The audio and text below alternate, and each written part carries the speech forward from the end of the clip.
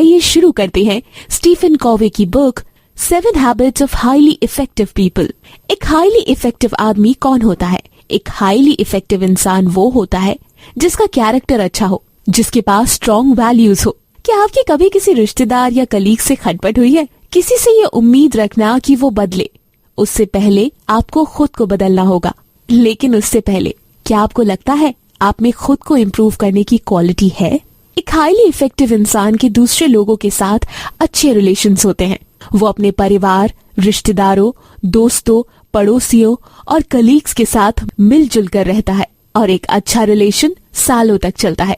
एक highly effective इंसान कैसे बना जाए, ये आप इस किताब को पढ़कर सीख सकते हैं। जो भी आपकी जॉब हो, जैसे कि अगर आप एक पेरेंट हैं तो अपने बच्चों के साथ अपना रिलेशन और भी बेहतर बना सकते हैं, और अगर आप एक बॉस हैं तो इस किताब से आपको ऐसे टिप्स मिल सकते हैं जिससे आप एक अच्छे लीडर बन पाएंगे। जब आपका कैरेक्टर अच्छा होता है तो लोग भी आपसे नजदीकियां बढ़ाना चाहते हैं, और इसीलिए the 7 habits of highly effective people एक इंटरनेशनल बेस्ट सेलर है। ये किताब कैरेक्टर इम्प्रूव करने में फोकस करती है। ज्यादातर किताबें आपको इस बारे में बताएंगी कि कलीग्स को दोस्त कैसे बनाएं, लोगों को खुद से इम्प्रेस कैसे कराएं, मगर 7 हैबिट्स आपको सबसे पहले एक इफेक्टिव इंसान बनाने पर फोकस करती है। अगर आपकी पर्सनालिटी अच्छी है तो बेशक आप भी एक इफेक्टिव इंसान बन सकते हैं, मगर वो बस थोड़े टाइम के लिए होगा। लोगों को जल्द ही पता चल जाएगा कि आपके काम के पीछे कोई न कोई मतलब है, कोई मोटिव है। लेकिन अगर आप कैरेक्टर के अच्छे हैं तो वो लाइफ टाइम तक आपके साथ रहेगा। आप अपने आसपास के लोगों को इन्फ्लुएंस करते रहेंगे और आपको इसका पता भी नहीं चलेगा। लेकिन याद रखें, आपको सबसे पहले अपने अंदर से शुरू करना होगा। तो क्या आप तैयार हैं चेंज होने के लिए? क्या आज आप एक हाईली इफेक्टिव पर्सन बनेंगे? हैबिट 1, प्रोएक्टिव बने। प्रोएक्टिव बनने का मतलब क्या है? साइकोलॉजिस्ट विक्टर फ्रैंकल कहते हैं, हमारे आसपास जो कुछ भी होता है हम उसे बदल नहीं सकते, लेकिन इस पर कैसे रिएक्ट करना है ये हमारे हाथ में है। प्रोएक्टिव बनने का मतलब होता है कि दूसरे लोग चाहे जो भी ओपिनियंस दें, हमें उससे अफेक्टेड नहीं होना है। जब लोग हमारे बारे में कुछ बुरा बोलते हैं तो कमी हमारे अंदर नहीं होती, बल्कि उनमें होती है। जो नेगेटिव बातें वो आपके बारे में बोलते हैं, उससे उनके खुद के नेगेटिव व्यूज का पता चलता है कि वो दुनिया को किस नजर से देखते हैं। प्रोएक्टिव होने का मतलब ये भी है कि आप किसी भी बुरी सिचुएशन से अफेक्ट ना हो, फिर चाहे मौसम खराब हो या ट्रैफिक। लेकिन एक प्रोएक्टिव इंसान को कोई फर्क नहीं पड़ता, उसकी जिंदगी में बुरा वक्त आए या गरीबी, वो हर हाल में खुश रहेगा। एक प्रोएक्टिव इंसान बुरे से बुरे हाल में भी बगैर कोई कंप्लेन किए अपना काम करता रहेगा। प्रोएक्टिव का उल्टा रिएक्टिव होता है, और जो लोग रिएक्टिव होते हैं वह अपने एनवायरनमेंट से बहुत जल्दी इफेक्ट हो जाते हैं। अगर उनके साथ कुछ बुरा होता है तो वो खुद भी नेगेटिव बन जाते हैं। एक बार जब लेखक स्टीफन कॉवी सैक्रामेंटो में एक लेक्चर दे रहे थे, तब अचानक भीड़ में से एक औरत खड़ी हुई। वो बड़ी एक्साइटेड होकर कुछ बोल रही थी। तभी उसकी नजर लोगों पर पड़ी जो उसे घूर रहे थे। लोगों को ऐसे घूरते देखकर वो औरत वापस बैठ गई। अपना लेक्चर खत्म करने के बाद स्टीफन कॉवी उस औरत के पास गए। उन्हें मालूम पड़ा कि वो औरत दरअसल एक नर्स थी जो एक बड़े बीमार पेशेंट की फुल टाइम देखभाल कर रही थी। उसका वो पेशेंट हर टाइम उस पर चिल्लाता रहता था। उसकी नजर में वो सब कुछ गलत करती थी। उसने कभी भी उस नर्स को थैंक यू नहीं बोला था, और इन सब बातों से वो औरत बड़ी दुखी रहती थी। वो अपनी जॉब से बिल्कुल भी खुश नहीं थी, और उस दिन लेखक स्टीफन कॉवी के लेक्चर का सब्जेक्ट भी प्रोएक्टिविटी ही था। कॉवी एक्सप्लेन कर रहे थे कि अगर तुम प्रोएक्टिव हो तो कोई भी चीज तुम्हें हर्ट नहीं कर सकती। जब तक आप खुद ना चाहें, कोई भी आपको दुखी नहीं कर सकता। और यही लेक्चर सुन के वो औरत एक्साइटेड हो गई थी, क्योंकि उसे पता चल गया था कि रिस्पॉन्ड करना या ना करना उसके हाथ में है। उसने कॉवी को बताया, मैंने दुखी होना खुद चुना था, मगर अब मुझे रियलाइज हो गया है कि दुखी या सुखी होना मेरे हाथ में है। लेकिन अब किसी दूसरे इंसान का बिहेवियर मुझे कंट्रोल नहीं कर सकता। तो अब आप समझे, एक रिएक्टिव इंसान का मूड टीवी की तरह होता है जिसका रिमोट कंट्रोल दुनिया के हाथ में है। जब भी कोई चाहे उस रिएक्टिव इंसान का मूड चेंज कर सकता है। लेकिन एक प्रोएक्टिव इंसान वो है जिसने अपने मूड का रिमोट कंट्रोल अपने पास रखा है, और एक प्रोएक्टिव इंसान को कोई फर्क नहीं पड़ता कि दूसरा इंसान उसके बारे में क्या सोच रहा है या क्या बोल रहा है। Habit 2, begin with the and in the mind. एक बात बताइए, आपकी लाइफ की सबसे जरूरी चीज क्या है? अपने माइंड में एंड को लेकर शुरुआत से। हमारा मतलब है कि आपके सारे एक्शंस, आपकी वैल्यूज आपके पर्पस से मैच होने चाहिए। आपको आपका फाइनल गोल, आपका डेस्टिनेशन पता होना चाहिए ताकि आपका हर स्टेप उसी की तरफ जाए। हम कई बार बहुत सी प्रॉब्लम्स फेस करते हैं। हमें आए दिन किसी न किसी चीज के लिए कंसर्न होना पड़ता है और लाइफ के इतने चैलेंजेस की वजह से हम भूल जाते हैं कि हमारे लिए सबसे जरूरी क्या है। होता है ना, जैसे कि आपको अपने बच्चों का ध्यान रखना पड़ता है, उन्हें हर चीज प्रोवाइड करानी पड़ती है और आप इसे पाने के लिए इतना हार्ड वर्क करते हैं कि उन्हीं बच्चों के साथ टाइम स्पेंड नहीं कर पाते। आप ये भूल जाते हैं कि मटेरियल चीजों से ज्यादा उन्हें आपका प्यार और सपोर्ट चाहिए। तो आज से अगर आप अपने बच्चों को सच में प्यार करते हैं तो उन्हें हर दिन ये शो कराइए, उन्हें बताइए कि आप उनसे कितना प्यार करते हैं। आपकी बातों और आपके एक्शंस में उनके लिए ये प्यार झलकना चाहिए और आपका यही बिहेवियर आपके पेरेंट्स और उन बाकी लोगों के साथ होना चाहिए जो आपकी लाइफ में बहुत मायने रखते हैं। Begin with the and in the mind से मतलब है ये जानना कि आपके लिए सबसे ज्यादा वैल्यूबल क्या है।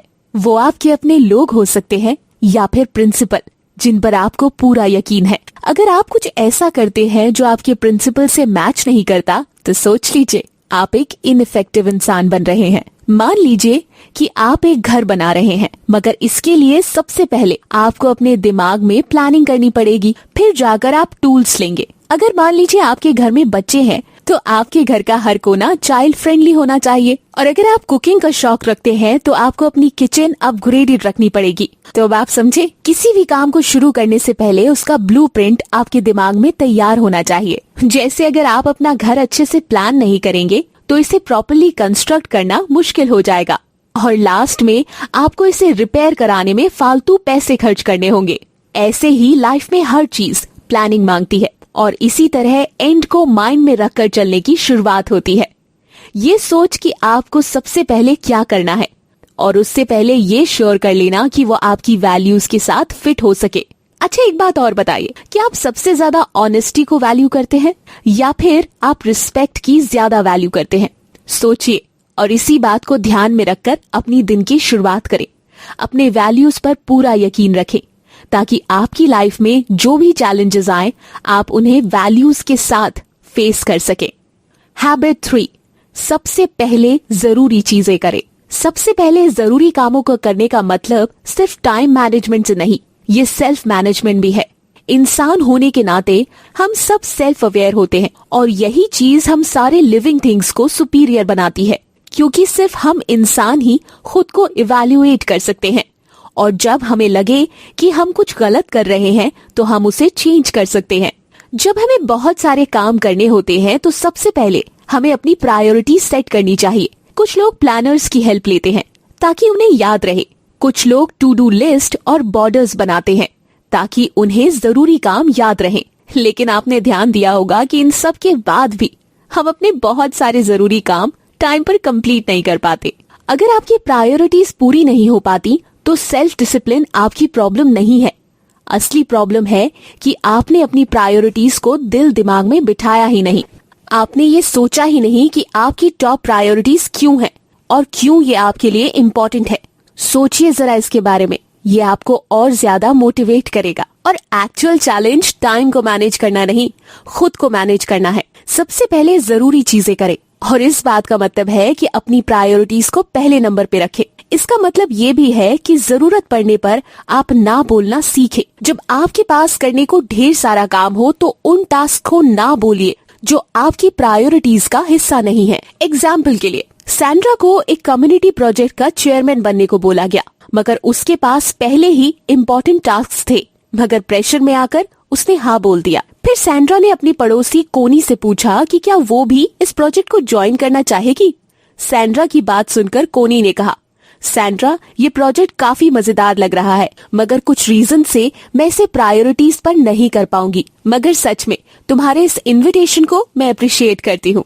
उसके बाद सैंड्रा को लगा कि जैसा कोनी ने किया उसे भी वैसा ही करना चाहिए था। वो भी तो पोलाइटली ना बोल सकती थी। जब उसे चेयरमैन बनने के लिए बोला गया था। ये प्रोजेक्ट कम्युनिटी के लिए है। अच्छा था, मगर कोनी को अपनी टॉप प्रायोरिटीज मालूम थी, इसलिए उसने ना बोला। उसके पास करने के लिए दूसरे जरूरी काम थे और इसलिए उसने पोलाइटली ना बोलने की हिम्मत की। अगर आप भी प्रायोरिटीज अपने दिल और दिमाग में अच्छे से प्लान कर लेंगे तो आपके लिए बाकी चीजों को ना कहना आसान रहेगा और आप अपने जरूरी कामों को आसानी से टाइम पर पूरा कर पाएंगे। तो अब आप समझे, सेल्फ डिसिप्लिन से ज्यादा जरूरी है आपके पास वो पावर हो जिससे आप जरूरी कामों को सबसे पहले निपटा सके। Habit 4, think win win. Win win एक ऐसा सोल्यूशन है जो आपको और उन लोगों को जिनसे आप इंटरैक्ट करते हैं काफी बेनिफिट देगा। जब भी आपके फैमिली या फिर कलीग्स के साथ कोई इश्यूज होते हैं तो आपको कोई ना कोई सोल्यूशन निकालना ही पड़ता है जिससे सबका भला हो, है ना। विन विन एक बेस्ट सोल्यूशन है। अगर कोई जीतता है और दूसरा हारता है तो इससे एक लंबा और मजबूत रिश्ता कभी नहीं बन पाता। चलिए इमेजिन कीजिए कि आपका आपके कलीग से डिसएग्रीमेंट हो जाता है, तो सबसे पहले आपको ये करना है कि जो भी प्रॉब्लम है उस पर खुलकर बात कीजिए। उसका कोई ऐसा सोल्यूशन निकालें जिससे दोनों के लिए सही हो। हाँ, लेकिन आपके कलीग को खुद पर हावी ना होने दे और आप भी उस पर हावी होने की कोशिश ना करें। और कुछ ऐसा करें जिससे आप दोनों का रिश्ता बैलेंस हो और दोनों की जीत हो। इस तरह से आपका और आपके कलीग का कोऑपरेशन रहेगा जिससे आप एक टीम की तरह काम कर सकते हैं और एक दूसरे के साथ कम्पीट करने से ये ज्यादा अच्छा है। अब इमेजिन करिए कि आप बॉस हैं और आपका आपके किसी एम्प्लॉय के साथ डिसएग्रीमेंट हो जाता है, तो जाहिर सी बात है कि आपकी ही बात ऊपर रहेगी क्योंकि आपका एम्प्लॉय अपनी जॉब की वजह से आपके सामने चुप ही रहेगा। एक बॉस होने के नाते आप बेशक आर्ग्यूमेंट में उससे जीत सकते हैं, मगर लॉन्ग रन में देखा जाए तो ये आपकी हार होगी क्योंकि अपने एम्प्लॉयज को नीचा दिखाकर आप उन्हें मोटिवेट नहीं कर सकते। वो आपके लिए काम तो करेंगे मगर मन मारकर, तो कुल मिलाकर नुकसान तो आपका ही हुआ, है ना। कॉम्प्रोमाइज करना हमेशा अच्छा ही होता है, फिर भले ही आप बॉस क्यों ना हो। आपके लिए यही अच्छा होगा कि आप अपनी पोजीशन का इस्तेमाल ना करें। अपने एम्प्लॉयज को खुश रखने की आप ज्यादा कोशिश करें क्योंकि इसमें आपका ज्यादा फायदा है। अगर आप हमेशा विन विन सिचुएशन सेटल करते हैं तो आपके एम्प्लॉयज ज्यादा इफेक्टिव होंगे और ये आपकी कंपनी के लिए भी फायदेमंद होगा और साथ ही आपको लोगों को बार बार हायर करके उन्हें ट्रेन करने की जरूरत नहीं पड़ेगी।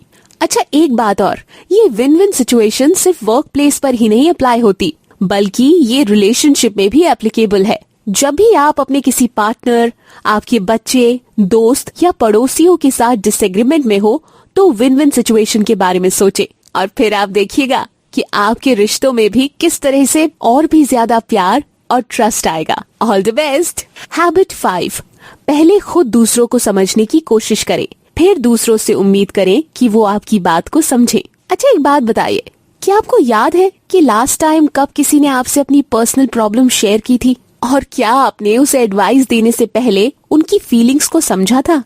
सोचिए, पहले आप दूसरों की फीलिंग्स को समझने की कोशिश करिए, फिर उनसे उम्मीद करें कि वो आपकी बात समझे। किसी भी अच्छे कम्युनिकेशन का यही तरीका होता है। अच्छा, आपने ध्यान दिया होगा, हम अपनी राइटिंग, रीडिंग, स्पीकिंग और लिसनिंग के जरिए कम्युनिकेट करते हैं। बचपन से ही हम लिखना, पढ़ना, बोलना सीखने में सालों लगा देते हैं, लेकिन किसी की बात को सही ढंग से सुनने के लिए कोई ट्रेनिंग नहीं है। किसी के साथ भी कम्युनिकेट करने का सबसे बेस्ट तरीका ये है कि पहले हम ये समझने की कोशिश करें कि आखिर वो कहना क्या चाहते हैं।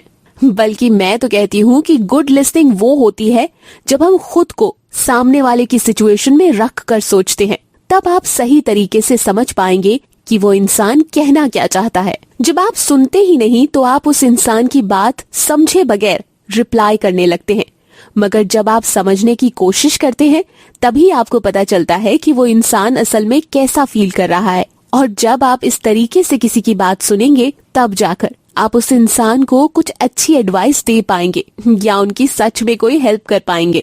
चलिए आपको एक कहानी सुनाती हूँ। एक बार एक आदमी किसी ऑप्टोमेट्रिस्ट के पास गया। कुछ विजन की प्रॉब्लम थी उसे। उस आदमी ने ऑप्टोमेट्रिस्ट को बताया कि उसे क्लियरली कुछ दिखाई नहीं दे रहा। तो उस ऑप्टोमेट्रिस्ट ने उससे क्या किया, उसने उसे अपना चश्मा दे दिया। ऑप्टोमेट्रिस्ट ने कहा कि इसे पहन लो, मैं पिछले 10 सालों से यही चश्मा लगा रहा हूँ और मुझे बिल्कुल साफ साफ दिखाई देता है। मेरे पास एक जोड़ी एक्स्ट्रा है घर पर, तो ये वाला तुम पहन लो। उस आदमी ने ऑप्टोमेट्रिस्ट की बात मानकर चश्मा लगा लिया, मगर कोई फायदा नहीं हुआ, बल्कि उसे और धुंधला दिखाई देने लगा। ये बहुत अच्छे ग्लासेस हैं, तुम कोशिश करो ढंग से देखने की, ऑप्टोमेट्रिस्ट ने उससे कहा। आदमी ने फिर से ट्राई किया, मगर उसकी लाख कोशिशों के बावजूद भी ऑप्टोमेट्रिस्ट के चश्मों से उसे कुछ भी दिखाई नहीं दे रहा था। अब ऑप्टोमेट्रिस्ट ने उससे कहा कि तुम पॉजिटिव होकर सोचो और फिर तुम्हें दिखाई देगा। आदमी ने कहा, ओके, लेकिन मुझे पॉजिटिवली भी कुछ भी दिखाई नहीं दे रहा। ये बात सुनकर ऑप्टोमेट्रिस्ट अपसेट हो गया, क्योंकि आखिरकार तो वो उस आदमी की मदद करना चाहता था। अब उसे लगा कि शायद वो आदमी झूठ बोल रहा है और अनग्रेटफुल है।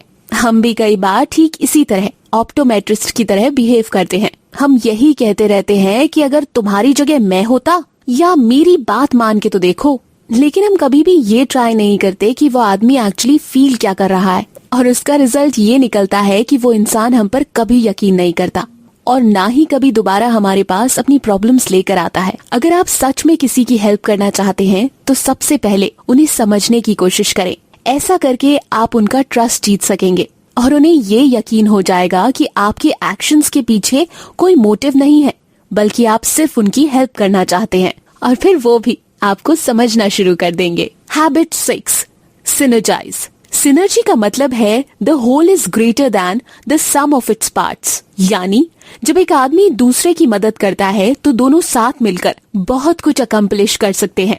जब एक टीम का मेंबर दूसरे टीम के मेंबर के साथ मिलकर काम करता है तो वो दोनों मिलकर एक अकेले इंसान के मुकाबले बहुत ज्यादा अचीव कर सकते हैं। जब भी कोई नेचुरल डिजास्टर या कैलामिटी जैसे आग, तूफान या अर्थक्वेक होता है तो लोग सिनर्जाइज होते हैं, यानी एक साथ मिलकर काम करते हैं। वो मुसीबत में पड़े लोगों की मदद करने के लिए आगे आते हैं। तब लोग अपने डिफरेंसेस भूल जाते हैं। मुश्किल सिचुएशन में लोग आगे आकर एक दूसरे की मदद करते हैं और सब तुरंत मिलजुल कर सरवाइव करने के लिए सोचते हैं। सिनर्जी का मतलब कोऑपरेट या कोलैबोरेशन भी है। इसका मतलब साथ मिलकर चलना और कंबाइन एफर्ट्स भी है। चाहे कोई भी ग्रुप हो, अगर आपस में सिनर्जी होगी तो इसका बेनिफिट जरूर मिलेगा। लेकिन प्रॉब्लम तो ये है कि सिनर्जी हमारी लाइफ में हर रोज नहीं होती। लोग आपस में अपने डिफरेंसेस दूर करना ही नहीं चाहते। उन्हें ये बड़ा मुश्किल लगता है, क्योंकि हर किसी का एक डिफरेंट पॉइंट ऑफ व्यू होता है। हम सब इस दुनिया को एक अलग नजर से देखते हैं, लेकिन हमें ये समझना ही होगा कि दुनिया को देखने का हमारा नजरिया लिमिटेड होता है, इसलिए हमारी सोच भी लिमिटेड होती है। हमें दूसरे लोगों को जानने और उनके एक्सपीरियंसेस को समझने की भी कोशिश करनी चाहिए। आप कह सकते हैं कि ये किसी ऑप्टिकल इल्यूजन की तरह है। जैसे हो सकता है कि मुझे कोई यंग लेडी नजर आ रही हो, लेकिन वहीं आपको वो कोई बुजुर्ग महिला दिख रही हो। हम दोनों ही उस इमेज को डिफरेंटली इंटरप्रिटेट कर रहे हैं, हालांकि हम दोनों ही अपनी जगह पर सही हैं। तो इस बात पर बहस करने का कोई फायदा नहीं। बेहतर होगा सिनर्जाइज करना, और सिनर्जाइज करने के लिए हमें एक दूसरे के पॉइंट ऑफ व्यू को समझना ही पड़ेगा, और इस तरीके से हम एक बड़ी पिक्चर देख सकते हैं। सिनर्जी का मतलब है कोऑपरेशन। इसका मतलब है अपने डिफरेंसेस को एक्सेप्ट करना और एक दूसरे के विचारों की कदर करना। ये कभी साबित करने की कोशिश ना करना कि बस आप ही सही हैं, दूसरा बंदा गलत है। उस इंसान के नजरिए को भी समझने की कोशिश कीजिए। इससे आपकी नॉलेज भी बढ़ेगी और उससे कोई नुकसान नहीं, है ना? बहसबाजी करने से बेहतर और भी कई ऑल्टरनेटिव्स हैं। जब आप किसी दूसरे के व्यूज की रिस्पेक्ट करने लगते हैं तो उनके साथ मिलकर काम करना आसान हो जाता है। और वैसे भी साथ मिलकर काम करने से आप कई सारी नई और अच्छी चीजें क्रिएट कर सकते हैं। Habit 7, sharpen the saw. Sharpen the saw से मेरा मतलब है कि अपने सबसे बड़े एसेट को शार्पन करें, यानी हमेशा कुछ नया सीखते रहें। और आपका सबसे बड़ा एसेट आप खुद हैं। आपको रेगुलरली खुद को ही रिन्यू करना पड़ेगा। अपनी लाइफ के हर एस्पेक्ट में आपको खुद को इम्प्रूव करना पड़ेगा, मतलब फिजिकली, स्पिरिचुअली, मेंटली, सोशली और इमोशनली। आप रेगुलर एक्सरसाइज से खुद को रिन्यू कर सकते हैं। इसके लिए जरूरी नहीं कि आप जिम जाएं या फिर महंगे इक्विपमेंट्स ही खरीदें। आप घर पर ही सिंपल एक्सरसाइज कर सकते हैं। आप रन कर सकते हैं, जॉगिंग कर सकते हैं या फिर रैपिड वॉक भी कर सकते हैं। अगर आप एक्सरसाइज नहीं करना चाहते तो स्लो तरीके की कोई भी एक्टिविटी कर सकते हैं और फिर आप देखिएगा कि आपकी बॉडी कैसे इम्प्रूव हो रही है। इसी तरह आपको अपने स्पिरिट को भी रिन्यू करने की जरूरत है। अच्छा, एक बात बताइए, ऐसा कई बार होता होगा कि जब आपको लगता होगा आप पूरी तरह से थक चुके हैं, है ना?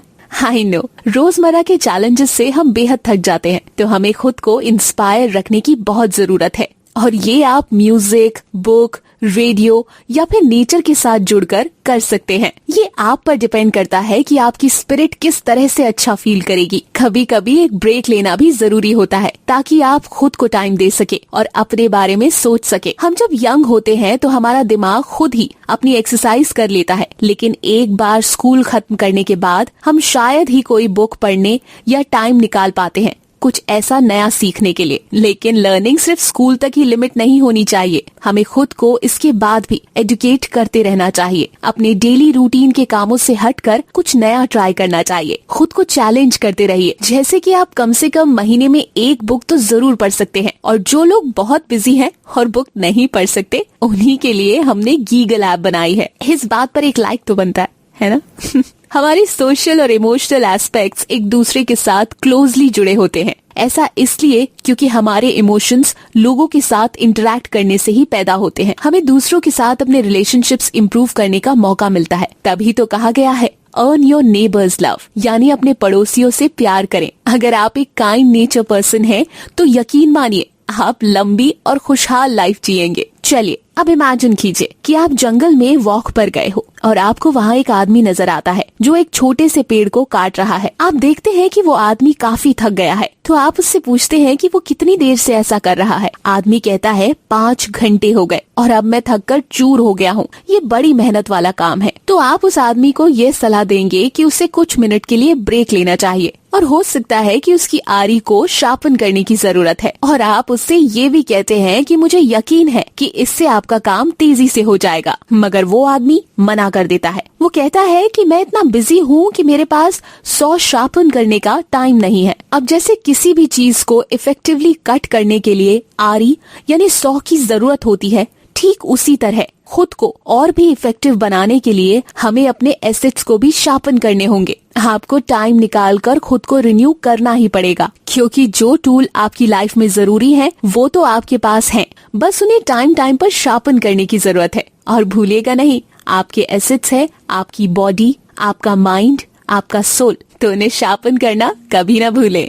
तो ये थी हाईली इफेक्टिव लोगों की वो 7 अच्छी हैबिट्स। हैबिट नंबर 1, प्रोएक्टिव बने। हैबिट नंबर 2, एंड को ध्यान में रखकर ही किसी नए काम की शुरुआत करें। हैबिट नंबर 3 है कि सबसे पहले जरूरी चीजों की प्रायोरिटी सेट करें। Habit number 4, win win situation सोचे। हैबिट नंबर 5 कि अपनी बात समझाने से पहले दूसरे की बात समझने की कोशिश करें। Habit number 6, synergise. और लास्ट में हैबिट नंबर 7, अपने एसेट्स को शार्पन करें। हैबिट नंबर 1, 2 और 3 आपको आपके कैरेक्टर इंप्रूव करने में मदद करेंगे। हैबिट नंबर 4, 5 और 6 दूसरों के साथ आपकी रिलेशनशिप इंप्रूव करेंगे। और लास्ट में हैबिट नंबर 7 से आप अपनी अच्छी क्वालिटी लाइफ टाइम तक मेंटेन रख सकते हैं। अब जो भी आपने सीखा उसे डेली लाइफ में अप्लाई करना शुरू करें। जब कभी भी आप किसी बुरी सिचुएशन में हो तो प्रोएक्टिव बनने की कोशिश करें। जब भी आपका किसी के साथ कॉन्फ्लिक्ट हो तो विन विन सिचुएशन चुने। और जब आप कोई चीज बार बार करेंगे तो ये आपकी हैबिट बन जाएगी। जैसा कि एसिटो ने कहा है, हम वही बनते हैं जो हम बार बार लगातार करते हैं। और हाँ, याद रखिएगा, एक्सीलेंस कोई एक्ट नहीं बल्कि हैबिट से आती है। तो दोस्तों, इसी के साथ ये समरी यहाँ खत्म होती है। आप रिव्यू सेक्शन में हमें लिखकर बता सकते हैं कि आपको ये समरी कैसी लगी और अगली समरी आप किस बुक पर चाहेंगे। अगर आपको हमारी मेहनत पसंद आई तो आप हमें अपना प्यार दिखा सकते हैं।